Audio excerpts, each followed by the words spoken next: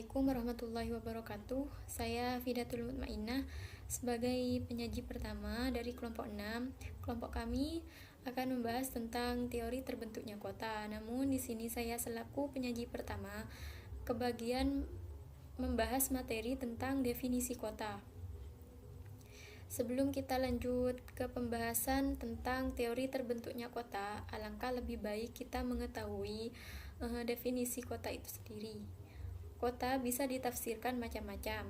Ada yang menyebutnya dengan istilah urban center, ada yang menyebutnya urban core, ada juga yang menyebutnya central business, ada juga yang menyebutnya kota sebagai pusat pemerintahan atau civic center. Secara umum, beberapa unsur yang terdapat pada definisi kota. Kota adalah kawasan permukiman dengan jumlah dan kepadatan penduduk yang relatif tinggi, memiliki luas areal terbatas, pada umumnya bersifat non-pertanian atau agraris, tempat sekelompok orang dengan jumlah dan kepadatan tertentu dan bertempat tinggal dalam suatu wilayah geografis tertentu, cenderung berpola hubungan rasional, ekonomis, dan individualis. Jadi, hakikatnya dari sebuah kota ini merupakan tempat bermukim. Kota ini merupakan produk dari kebudayaan manusia yang terus berkembang. Di sini ada pengertian kota menurut para tokoh antara lain, yaitu yang pertama pengertian kota menurut Max Weber, yang menyatakan bahwa kota adalah suatu tempat yang penghuninya dapat memenuhi sebagai kebutuhan ekonominya di pasar lokal. Sedangkan kota menurut Wirtlois adalah permukiman yang relatif besar, padat, dan permanen, dihuni oleh orang-orang yang heterogen kedudukan sosialnya. Sedangkan kota menurut Mumford yaitu sebagai tempat pertemuan yang berorientasi keluar. Sebelum kota menjadi tempat permukiman yang tetap, pada mulanya kota sebagai suatu tempat orang-orang pulang balik untuk berjumpa secara teratur.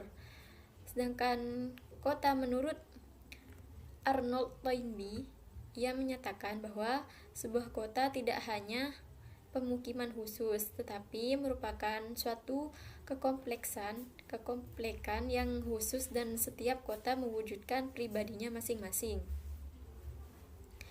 Sedangkan menurut PJM-NAS, kota adalah suatu ciptaan peradaban umat manusia. Kota sebagai hasil peradaban lahir dari pedesaan. Sedangkan menurut Profesor Bintarto, kota adalah sistem jaringan kehidupan manusia yang ditandai oleh strata sosial ekonomi yang heterogen serta corak materialistis. Itulah pengertian kota dari beberapa para tokoh. Baik, mungkin hanya itu yang dapat saya sampaikan selaku penyaji pertama. Selanjutnya, saya mohon maaf apabila ada salah kata. Wassalamualaikum warahmatullahi wabarakatuh. Assalamualaikum warahmatullahi wabarakatuh. Nama saya Ahmad Madani sebagai presentator kedua dari kelompok 6, yang mana kelompok ini membahas tentang teori-teori terbentuknya kota. Mungkin presentator pertama sudah menjelaskan apa itu definisi dari kota. Yang akan dibahas bagian kedua dari kelompok ini adalah terbentuknya kota itu sendiri. Terbentuknya kota itu sendiri adalah merupakan bentuk realisasi dari prinsip efisiensi, yakni prinsip ketepatgunaan terhadap suatu daerah atau wilayah. Dari sejarahnya, terbentuknya perkotaan itu disebabkan adanya aktivitas perdagangan, yang mana aktivitas perdagangan itu berkumpul di suatu tempat dan terus mengalami perkembangan. Dan ditunjuklah di daerah tersebut lembaga yang mengatur terhadap aktivitas-aktivitas di daerah tersebut, sehingga terbentuklah, karena terus mengalami kemajuan, maka terbentuklah kota kecil yang menjadi pusat dari aktivitas manusia di daerah tersebut. Dari kota-kota kecil itu maka terbentuklah kota-kota besar, yang mana kota-kota besar itu akan menjadi pusat dari suatu negara atau suatu pusat dari aktivitas penduduk dari sebuah negara. Contoh di negara kita Indonesia. Untuk mengetahui gambaran atau bentuk dari negara Indonesia atau karakteristik Indonesia atau aktivitas sosial budaya ekonomi dari penduduk Indonesia, itu kita tidak usah datang ke setiap daerah yang ada di Indonesia. Kita cukup datangi kota yang ada di Indonesia. Apa pusat Indonesia? Pusat kota di Indonesia itu adalah Jakarta. Kita cukup datang ke sana karena di sana sudah ada gambaran bentuk dari aktivitas manusia, baik ekonomi, politik, sosial budaya dan sebagainya ada di sana. Oleh karena itu,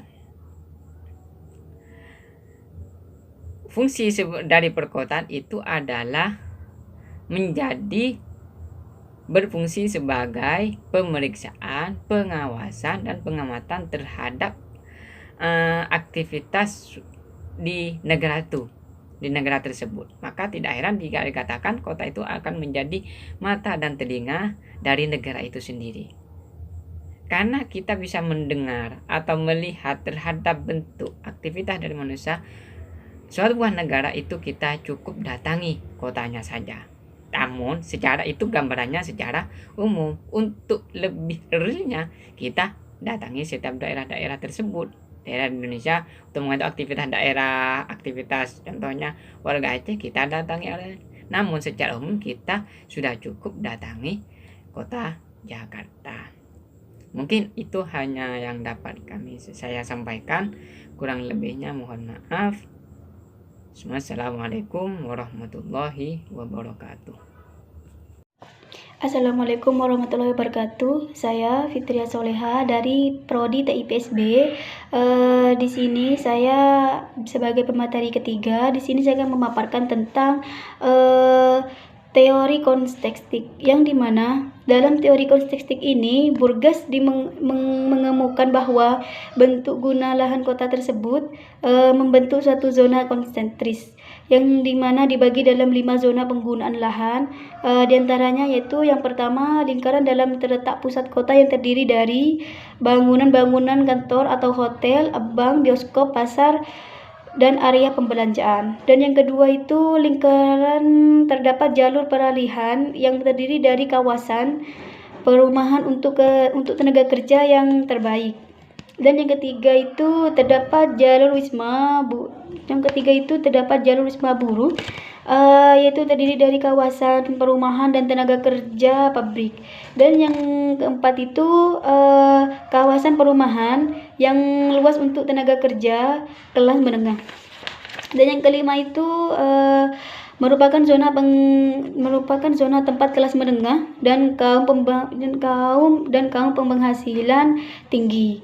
Dan yang kedua itu teori sektor, yang dimana dalam teori sektor tersebut terdapat beberapa masukan dan tambahan dari bentuk guna lahan kota yang berupa suatu penjelasan dengan penggunaan lahan pemukiman yang lebih memfokuskan pada pusat kota dan sepanjang jalan transportasi, yang dimana yakni dalam beberapa zona terdapat dibagi menjadi 5, yakni yang pertama lingkungan pusat, terdapat pusat kota atau CBD, dan yang kedua sektor terdapat kawasan perdagangan dan industri, dan yang ketiga itu terdapat kawasan tempat tinggal kelas rendah, dan yang keempat itu sektor terdapat tinggal kelas menengah, dan yang kelima sektor terdapat kawasan kelas atas.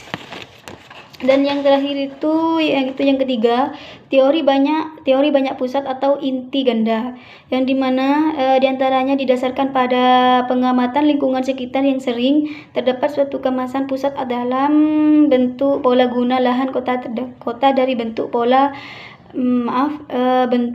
guna lahan pada dari suatu titik pusat yang dikemukakan sebelumnya. Kemudian mereka berdua membagi kawasan